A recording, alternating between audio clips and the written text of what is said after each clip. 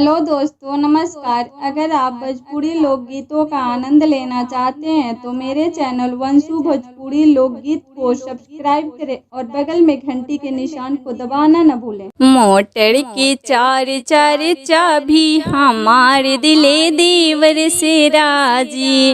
Motor की चार चार चाबी हमारे दिले देवर से राजी। दिवरू कहले भाभी, दिवरू कहले भाभी हलवा बना द।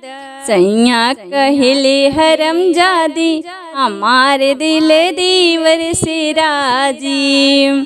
मोटर की चार चार चाबी हमारे दिल दीवर से राजी।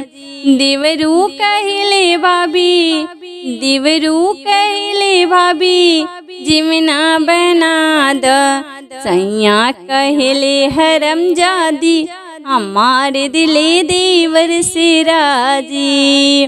मोटर के चार चार चाबी हमारे दिले देवर से राजी। दिवरू कहले भाभी, दिवरू कहले भाभी कनिया भरा द। हमारे दिले देवर से राजी।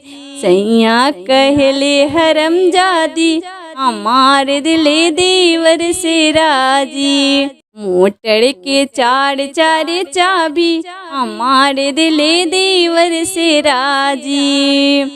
दिवरू कहले भाभी, दिवरू कहले भाभी बिरवा जोड़ा द। सैया कहले हरम जादी हमारे दिले देवर से राजी। सैया कहले हरम जादी हमारे दिले देवर से राजी।